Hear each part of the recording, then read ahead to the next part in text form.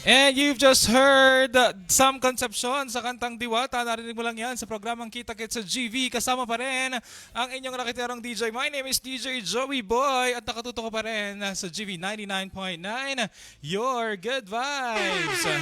At tulad ng naipangako sa inyo mga ka-vibes kanina, ayan ay meron nga po tayong bisita at makakasama para nga po tayo ibigyang impormasyon tungkol nga sa nalalapit na pagbisita ng relic ni Saint Carlo Acutis. Kasama natin sa linya ng telepono si Tita Pearly Alvarez all the way from Bawan, Batangas. Good morning, Tita Pearly. Kamusta po kayo?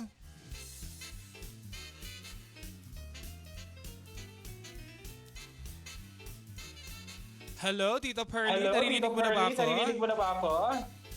Yes, yes po. Alright, good morning, Tita Pearly. Kamusta po?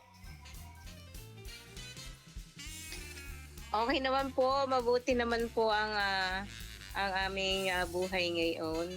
Ayan, good thing. And kami po, good Tita thing. And kami po, Pearly, Tita ay Pearly, napatawag sa inyo napatawag ngayong sa inyo umaga ngayong dahil umaga nga po dahil aming nga po nabalitaan aming na ito pong relika ng Saint Carlo Acutis Acutis ay bibisita sa atin dito sa Archdiocese of Lipa at alam ko po na isa kayo sa mga taong abalang-abala na sa pagbisita. Maaari niyo po ba kaming bahaginan? Kamusta ba ho ang inyong paghahanda sa nalalapit na pagbisita ni Saint Carlo Acutis relic dito sa atin? Ayun, talaga pong abalang-abala sa paghahanda. Marami pong mga meetings sa parokya.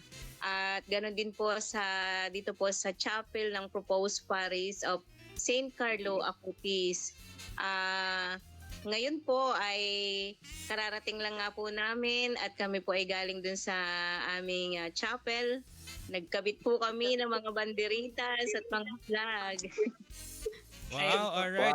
Kailan nga po, Tita Pearly, natin na masasaksihan at mamimit ang relic na ito ni Saint Carlo Acutis? Bali po, una pong pupunta ang relic sa Santo Padre Pio po, sa Santo Tomas, sa December 11. Magkakaroon po ng banal na misa doon sa ganap na ikawalo po ng umaga. At ang mga taga-Bawan po ay talagang susuporta po doon, pupunta po kami doon para po mag-serve din po sa misa. At sa December 12 naman po ay dito naman po sa ating parokya ng Immaculada Conception ng Bawan.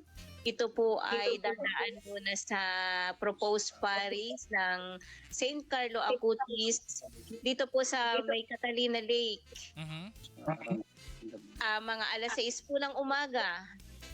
At magkakaroon lang po kami ng short prayer doon. Pagkatapos po ay diretso na po sa Immaculada Conception para naman po sa banal na misa sa ganap po na ikawalo din po ng umaga. Ayun. Oo nga, ayun. Tita Pearly, parang bukas po yata ang radyo sa inyo. Ano, ay medyo may echo yata. Kung may bukas pong radyo, makikipahinaan po ng kaunti. Ano, at tayo lamang po ay nag-feedback sa ere. Pero Tita Pearly, ayan, kung na-miss ng ating mga ka-vibes, ano, sa darating nga pong December 11, araw ng Huwebes, ay unang darating ang relika ni Saint Carlo Acutis sa Padre Pio Parish, ano po, sa Santo Tomas City, Batangas. At pagkatapos niyan ay maaga, ay talagang alas 6 ng umaga yata ay inaasahan na pupunta ito sa bayan ng Bawan. Ibig sabihin niyan, Tita Pearly, ay madaling araw pa lamang ay aalis na po sa Santo Tomas City ang relic. Yes po, at kami rin naman po madaling araw pa rin ay mag-iintay na sa pagdating dito po sa Catalina Lake Residences, dito po sa proposed parish. Nagpi-feedback pa? Oo, medyo may feedback Ayan, pero Tita Pearly, isa pang impormasyon dahil dapat sasabi nating relic. Ano po bang relic Hello, ni ayun, Saint wala. Carlo Acutis ang dadating dito sa atin sa bansa?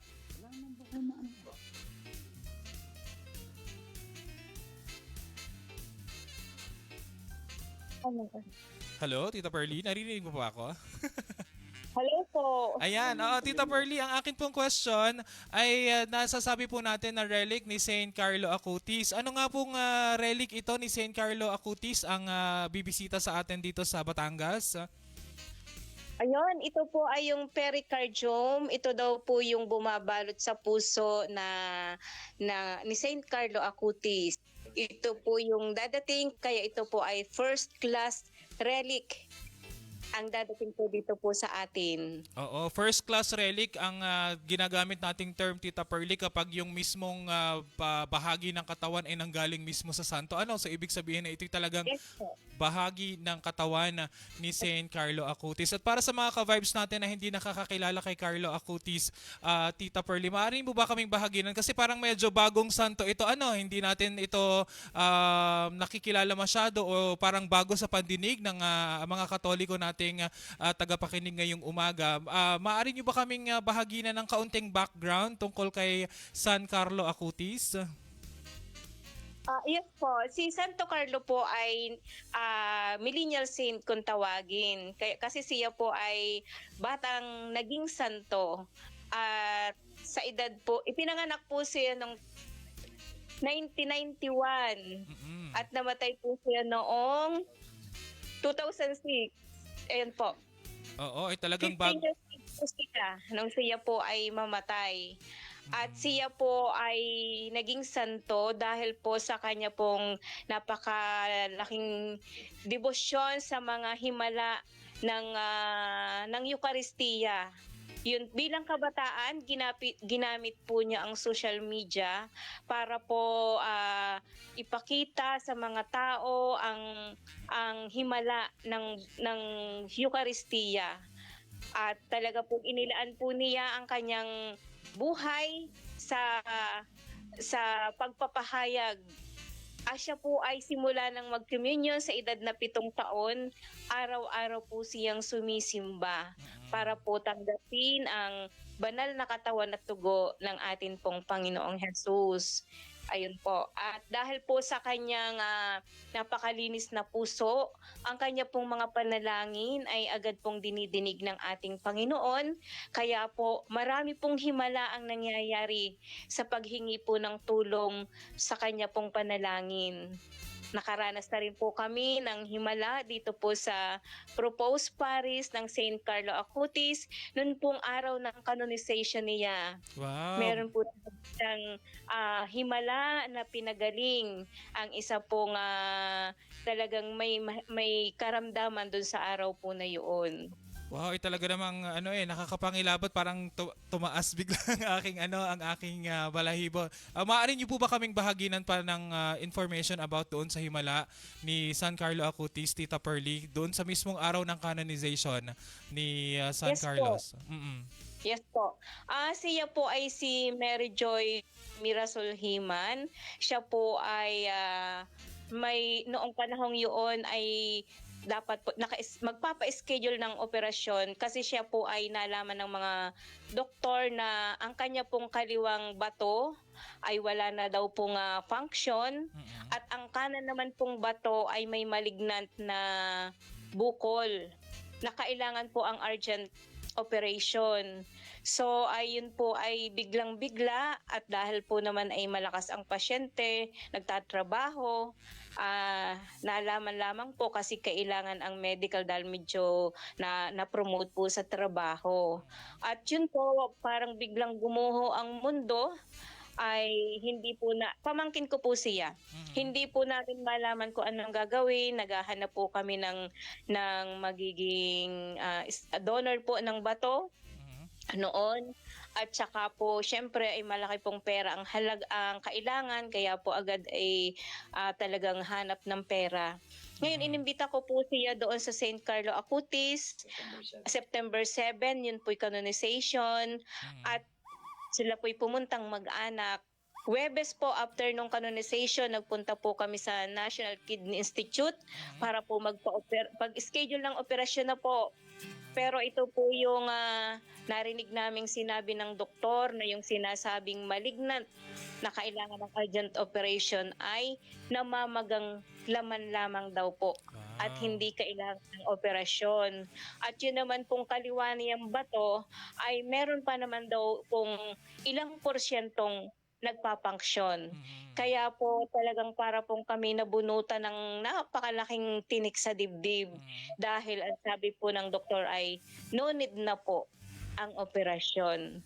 So para yun po'y parang isa lamang pong panaginip, isang bangungot na nung magising ay wala na pong lahat at back to normal na po agad ang buhay ng aking pamangkin. Yun po ay naniniwala kami na napakalaki pong tulong na dininig ng Diyos ang tulong na panalangin ni Santo Carlo para po sa aming pamangkin na ito. So ayun Wow. po, marami po pong himala pero ito po'y personal po talaga naming naranasan.